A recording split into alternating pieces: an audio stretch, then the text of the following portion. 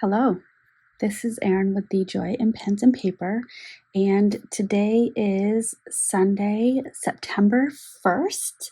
It is halfway through the day. I had a few things that I wanted to get done this morning because I identified I was procrastinating, so I figured I would get them just done out of the way with and then get to this.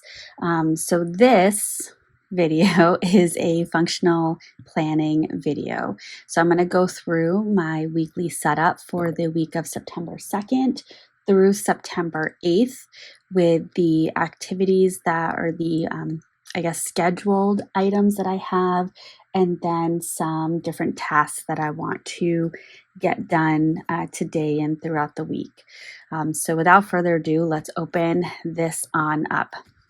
So this right here is a Hobonichi case. Inside is a Hobonichi Hone, which is the hardcover version of the cousin. If I sneeze, it's ragweed season. Ragweed is my nemesis. In this video, I am going to, and I do need to fix this. I was told that one of my colleagues' birthdays was the 3rd, and so I'm working on committing it to memory, and I thought it, and I wrote it, and I said it, and I planned for it, and then come to find out it is on Friday the 6th. So let me fix that. And I'm actually going to be pausing on using this and switching over to one of my September pens, which if you haven't seen my September currently inked, feel free to check that out. That's the video right before this one. But yeah, so I just wanted to update that. I don't need a little page holder there. But let's see. So we are now on September 1st. All right. And yes, I am using a Sailor Pro Gear in white, pink, gold, or white and pink gold. And this has a 21 karat nib. And this is inked up with Birmingham Pen Company's Blast Furnace, which is kind of a, it's a black that I think has some purpley undertones, if I remember correctly. So tomorrow is Labor Day. I'm not working, so that's great.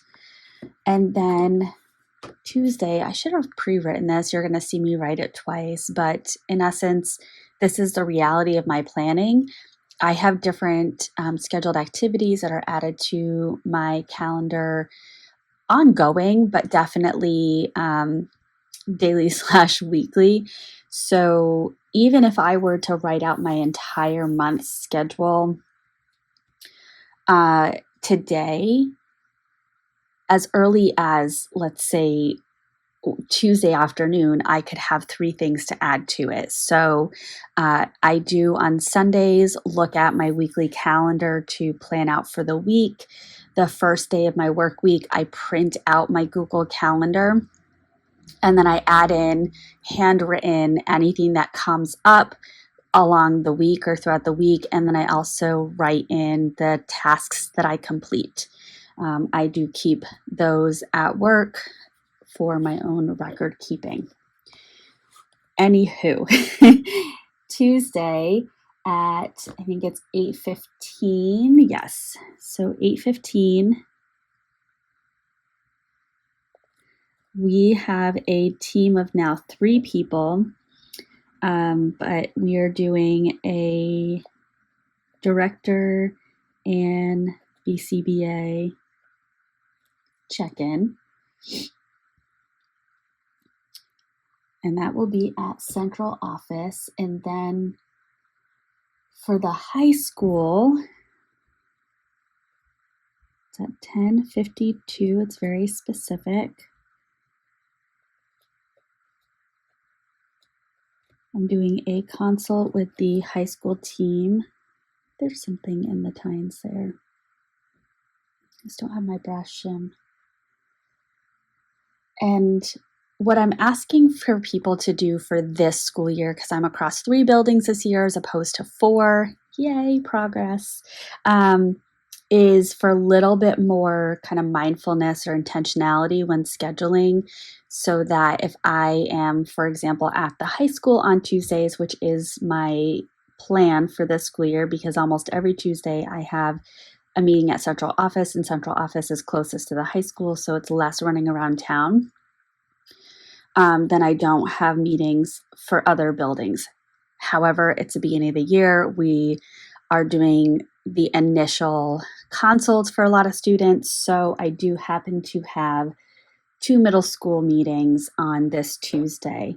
I have pushed back on subsequent requests because, for example, there was a request to schedule a meeting for the middle school on the Tuesday the 10th, and I said no. Please refer to my prior email where I said I would be available Monday, Thursday, Friday, because Monday, Thursday, Friday are my middle school days. Okay, so 12 o'clock is going to be a middle school consult. And then I have another, and this is actually, both of these are for the same student, maybe multiple. One is with their content teachers and the others with their unified arts teachers. We just couldn't get all of those people together and available at the same time, because if the kids aren't in their content classes, and they're in their unified arts classes, and if they're not in their unified arts classes, they're in their content classes. So that's kind of how that happened. Now Wednesday is my upper elementary school, so I'm going to start that day. I have an 8 o'clock a.m. and I use UE for upper elementary.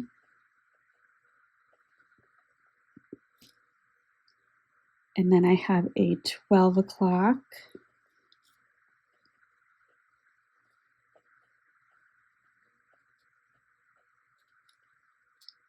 And a 1 o'clock.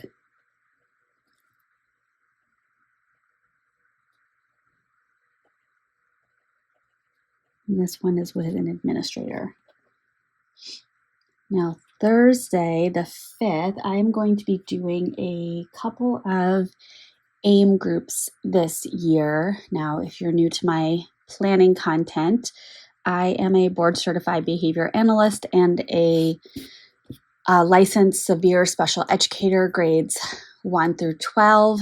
And my focus is primarily on our social emotional learners. I do have a few students who are on the spectrum, but I am mainly working with students with ADHD, mood disorders, PTSD, anxiety, those types of presentations. So if I do have a learner on the spectrum, the symptoms of their autism diagnosis are not the primary symptom that's impacting their ability to access their education. It's likely anxiety, or it's likely rigidity, which is a symptom of autism, I suppose, but they are in full to partial inclusion. And I'm really working on the perspective taking and the accountability taking and the how to manage big emotions. So on Thursday the 5th, I start with my first AIM group, and this one happens to be a one-on-one group. So I have one-on-one session. I have 2 students that so far that I've identified I'm going to see one-on-one. And then I have a group that I'm leading and another group that I'm co-leading, and that will likely increase as the year goes on. I'm just going to maybe zoom this in a little bit, because this is such a fine point that it's a little difficult for you to see it compared to the extra fine on the Opus 88. And some of these start times are a little bit specific or a little off because I'm working around a 3-week rotating schedule with class sizes that are not a straight 45 minutes or 60 minutes. They're something like 41 or 44 or something like that. All right, so this is a middle school consult. Fantastic. And then this is, so there is an item on my calendar every single Friday. However, I only need to attend it every other week. So I'm going to need to, I think, just be really attentive in my calendar to when I would actually go. And then something like this is going to throw it off because it is still, it's set up to be a recurring meeting. So it is on my calendar for Friday the 13th. However, it's a professional development day, so we're probably not doing that lunch meeting. So I've got to check to see if that means I would attend on the 20th. So while I'm thinking about it, let me just go ahead and add in a task item.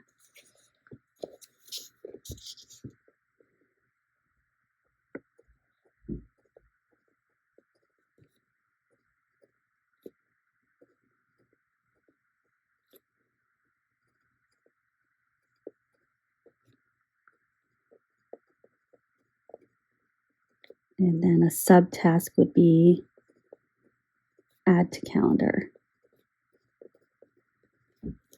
Now I do know that I am still building out a lot of student consults and things like that. So this is likely going to be added too. And then on Saturday, I don't have any plans, but Sunday, I am going to Boston with some ladies, and we're going to do touristy things. We're going to go on a duck tour. We're going to go to the Museum of Fine Arts. We're going to go to some different popular eat or food places and order a shared dish of something that that place is very well known for. So that'll be the plan. All right, I'm just going to add in, so Monday is Labor Day. I have somebody that I need to wish a happy birthday, so I put that right there. This one I'm going to cross out because I was given the wrong date. But I am going to add in kind of my consistent items of workout, budget, journal, and 5-year. On Monday, I need to send Kayla the Peloton workout. I have a Peloton guide now, which I absolutely love, love, love.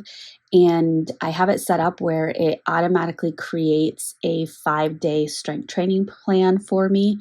And based on what it has recommended in the past and how I've done on the guide, I believe, it then will recommend more and more challenging workouts for the future. So a friend of mine, Kayla, is joining me for these workouts. She also has a Peloton, but does not have a Peloton guide yet. I'm trying to get her on that. And the workouts for the week drop into my Peloton account through the account. Nope, I'm going to not get into those weeds, but it drops into my Peloton account on Mondays. So when I wake up Monday morning, I've got to go open up Peloton, send Kayla the day one workout or the first one. And then what I do is I link the rest of them into the Notes app on iPhone. And I have a table on there for each of us to check off. We've been putting a little emoji when we do each of the workouts and then a couple of cardio each week. So that's what this action item is. And then I'm going to add a sub task of add workouts to notes. And then today, I need to add as a task, let me just add in my generic budget, journal, 5-year, create weekly table on notes. And I will come back to today once I'm done to really build that out. And I do have some other things to add that I've already done. I am the type of person that will absolutely go back and add in a task for something that I've already done and then check it off. First of all, I like this to be documentation for what I've been able to get done or when I did certain things. It is a level of kind of a checks and balance of me seeing how productive I am, but also how frequently I do things, right? And so that's one reason I do it. The other reason I do it is it just plain feels good. when you set out to do something and you check off that it was actually done, it just feels good. So I do that. I have talked a few times, and I'll try to talk about it as I'm filling in the week schedule so it's just not completely redundant. I'll do a little storytelling, but I have mentioned that I recently had a neuropsychological evaluation. I was curious about a few things, and I was curious because I was feeling like I had some symptoms similar to ADD. But I was also noticing that those symptoms really became prevalent post an accident that I had where I received a concussion. And so I wanted to rule out that there wasn't, not to be dramatic, but traumatic brain injury from my concussion. I also wanted to rule out whether or not I had ADD, because if I did, there are pharmacological interventions that perhaps could help out with some of the symptoms that I'm experiencing. And so I did the neuropsych, and I had a feedback session this past Thursday. And I learned some interesting things. So I came up borderline for depression and anxiety, and I'm not surprised about depression. I certainly have my sad moments. I have never been at a point where I can't get out of bed. I have never been at a point where I have considered self-harm. So when I look at it from that lens, I don't consider myself to be depressed. However, do I have moments of feeling hopeless or sad or just really down? Absolutely. And so I'm not surprised that depression came out just borderline. And the way that the doctor kind of framed it is everybody feels depression. Everybody, like just about everyone's going to come out borderline. So then, but then anxiety coming out borderline, I was surprised about that. I consider myself to be an exceptionally anxious person. And even in my planning style, I feel really anxious in my planning style. But again, that just came out borderline, and the doctor was very clear in saying everybody experiences anxiety. And the way that my survey results from myself and my husband also completed a survey, the way that presented, it's just borderline. I have anxiety like everyone else. Now, here's the kicker. I have PTSD. And that was something that was brought up to me when I did my intake and I went through my history as a person. And so it is likely that I have had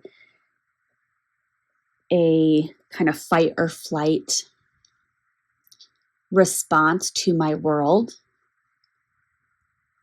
for a very long time. And that will shape the brain development, and it will result in feelings of failure and perseveration and over analyzing. And so I am going to need to do some work on that. The other thing that came out, and it came out in the surveys, but it also came out in my interactions with the tester the day that I was testing and during the feedback session. So kind of, I find this funny. I don't know if anyone else will, but I got my feedback for all of the actual testing tasks that I did in office. And I was given an opportunity to respond to it. And first of all, let me say the task that I was tested on, I did really, really, really well. And I kind of want to brag about this for a moment because I'll talk about another feature that came out in a little bit. I need to start bragging about the things that I do. So my memory, my visual memory, my auditory memory, my spatial memory was in the 91st percentile. That is high average. I have very good memory, and even on things where no one is telling me that I need to remember it, or there's been no indication that I need to hold on to this information in my brain still holds on to it. And I kind of knew that because in past positions that I've been in, I was the go-to person that people would come and say, do you remember when this happened? And I could pull out enough details from my own memory to help place that event in time. And even after I left that employment opportunity, I still had people reaching out to me and asking if I remembered details about things. That is a skill that I have. And so thank you, brain. That my memory is really good. So there is no residual impacts, no cognitive impacts from my car accident, and that's really great. But so I share that because the doctor went through my results on the tests and asked for me to give some feedback, and I was able to pinpoint every mistake that I made during testing. And after I pinpointed every perceived mistake or actual mistake, I commented to the doctor because I was feeling embarrassed for how I just treated myself. And I said, but I'm a perfectionist. And she says, we're going to get to that. So at the end of going through the survey results and the anxiety and the depression and the PTSD, she then talked about how I am a perfectionist and how being a perfectionist is really impactful for me because I am turning these really mundane things into failures or into reflections of who I am and what my strengths are. And I need to work on not doing that because that is resulting in me having kind of the final straw was low self-esteem. So I'm going to do some work to learn some mindfulness practices. I'm going to talk with my therapist about how to incorporate these findings into the work that we're doing together. And then I need to really practice some more positive self-talk because the way that I treat myself is not very kind. So that was my big thing this week. And I am also considering medication. I had been on medication in the past, I was on medication for anxiety after having my son, and that was actually really helpful. I was on that for, I think, about 2 years, maybe actually 4 years. And I had done some really good self work and talked with my doctor about coming off of it and seeing if the coping strategies I had worked really hard on were effective. And so we came up with a taper plan. And then I was really good for a number of years. And then I had my car accident and I changed jobs, and it just, all these things happened that got me really down. And I did one of the pre-annual physical surveys, and it came up that I was depressed. Shocker. But it was situational. And so my doctor recommended a medication. So I went on a medication for depression, and it did absolutely nothing except for make me put on a bunch of weight, which made my perception of myself much worse. So I tapered off of that. And I tapered off of that maybe 9 months ago, I want to say. And I'm still working on getting the weight off that I put on when I was on that. So, yeah, I am considering medication. So my written report should be ready in about a week, and then that's going to be sent to my primary care. Once he has it, I'll call him and we'll talk about a plan for medication.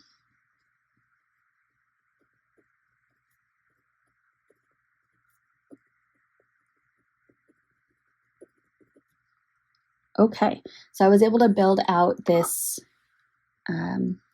week's schedule while I was rambling on. I added in Victoria's birthday for Friday the 6th because that is actually when it's happening.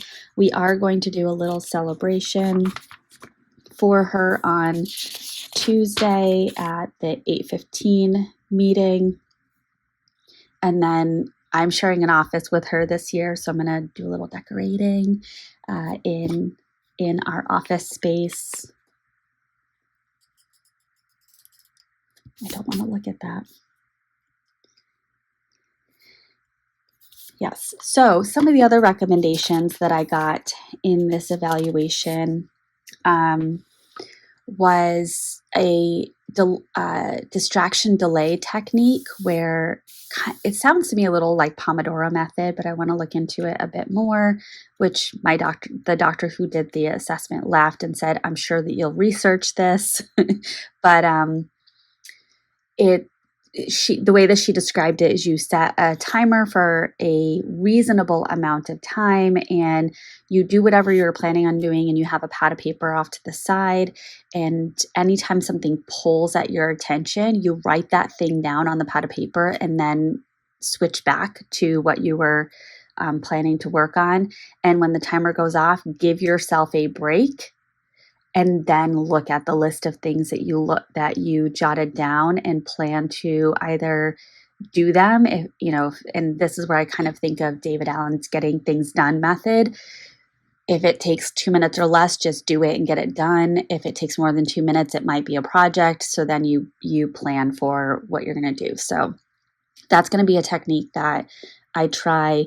The other thing is pairing the things that you're noticing yourself procrastinating on with things that you like, which I already knew this. I knew it. I just wasn't applying it to myself, or I haven't for a while. So I actually kind of practiced that a little bit yesterday. And actually, you can look at my list from yesterday, and I got all of it done, which was really great. But I had really wanted to do an outdoor run. I really wanted to do my currently inked YouTube filming. I really wanted to read A Liberated Mind. And then I also needed to do some catching up on journal entries. Just with the start of the school year and getting back into that swing, I got behind on my journaling. And I told myself that if I did all of that, then there's some skincare products that I want to order, and I have a birthday gift card that's going to cover part of it, etc. But I'm not permitting myself to place that order until I do what it is that I am saying I'm going to do. I could have purchased that last night. However, I wasn't pleased with the amount of A Liberated Mind that I read. So I'm transferring that contract to today. And so today, the things that I really needed to do is I needed to go grocery shopping, and I needed to actually go grocery shopping, not place an order. The place nearby that I can do an online order and pick up for is so silly expensive, and I just feel like we're wasting money. So instead, I decided I was going to actually go to a grocery store, and I was going to go to Market Basket, which I think is a New England chain or maybe even a Massachusetts chain, but it is so less expensive than bigger chain grocery stores that it's exceptionally busy all the time. And at least for me, I have to like mentally prepare myself to walk in that door and deal with the elbow to elbow and the waiting to look at the things on the shelves, etc. So that was one option. The other option was the place called Aldi, which I do think is a bigger chain, but they don't have all the brands and they don't have as big or as consistent of choices. And what I find with Aldi is that I then often do, because I'm shopping for a family. If I was just shopping for myself, I could make do, but I'm shopping for others. So I then had to go to another grocery store to get the things that weren't at Aldi. So, for example, my son really wanted the toasty Cheez-Its. They don't have that at Aldi, so I had to go to another grocery store. So I went grocery shopping. Yay. I do also need to work out. That's a non-negotiable. I want to read A Liberated Mind.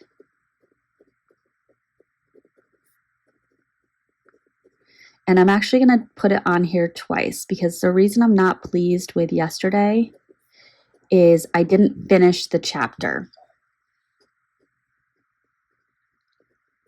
So today, I'm not only going to have to finish that chapter, but I'm going to read another one. And then that will make me eligible to place the order for the skincare products that I really want.